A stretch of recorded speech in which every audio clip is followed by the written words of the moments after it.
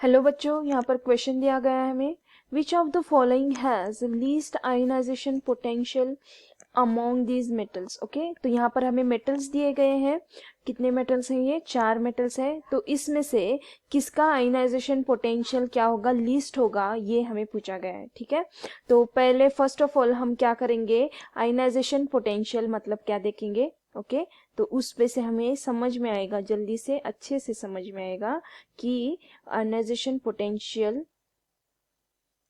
किसका कम है। ठीक है, तो आयोनाइजेशन पोटेंशियल क्या है? The amount of energy, okay, the amount of energy require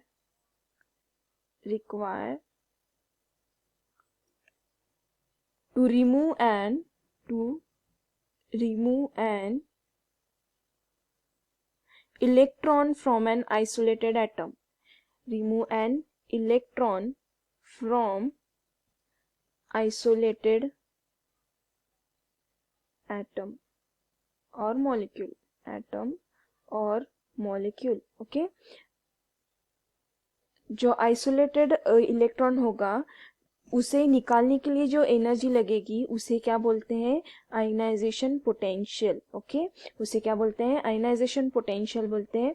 तो यहाँ पर हमें क्या क्या दिया गया है हम पहले लिख लेते हैं। तो क्या है यहाँ पर? पहले तो हमें दिया गया है लिथियम। ठीक है, लिथियम का एटॉमिक नंबर 3 है, इलेक्ट्रॉनिक कॉन्फ़िगरेशन 1s2 2s1। ठीक है, तो नेक्स्ट है हमारे पास हेलियम है, हेलियम का एटॉमिक नंबर 2 है, तो वो उसका कॉन्फ़िगरेशन है 1s2। तो नेक्स्ट है नाइट्रोजन है, electronic configuration 7, helium 2s2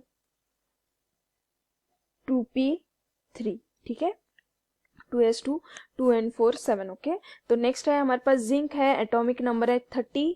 okay, तो कॉन्फ़िगरेशन है आर्गॉन 3d10 4s2। ओके, तो यहाँ पर क्या बोला है? Energy required to remove an electron from isolated atom. Okay, isolated atom जो रहेगा उसकी एनर्जी, उसमें से जो इलेक्ट्रॉन निकालने के लिए एनर्जी लगेगी उसे क्या चाहिए?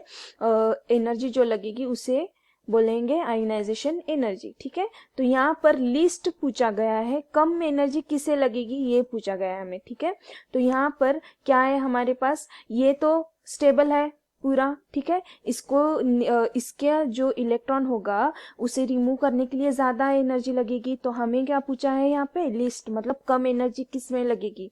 ठीक है, तो यहाँ पर भी ये स्टेबल है, इसका भी पूरा फुलफिल है, 3d10 एंड 4s2 ये भी फुलफिल है।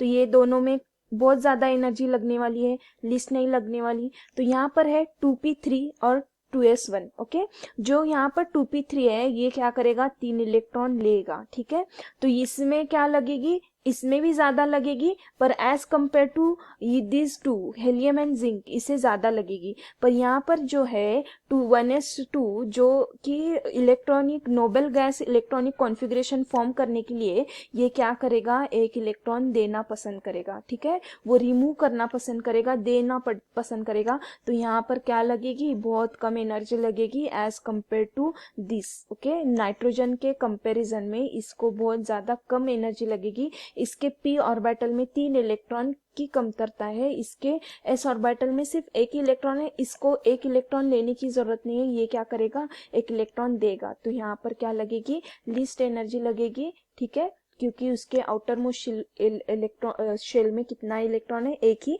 जो कि रिमूव करना बहुत ही आसान होगा। ठीक है, तो यहाँ पर हमारा ऑप्शन क्या आएगा? फर्स्ट जो कि लिथियम है ये क्या होगा? हमारा करेक्ट ऑप्शन होगा। ठीक है, करेक्ट ऑप्शन क्या है हमारा? लिथियम है। करेक्ट ऑप्शन इज लिथियम है। ठीक है, ये हमारा आंसर है। लिथियम को जो least ionization potential among the metal is lithium. Okay, उसमें क्या लगेगा? लीस्ट अमाउंट ऑफ एनर्जी लगेगा, क्योंकि उसके आइसोलेटेड एटम में से क्या करना? इलेक्ट्रॉन रिमूव करने के लिए बहुत कम एनर्जी लगेगा। ठीक है, तो I hope you understood well. All the best.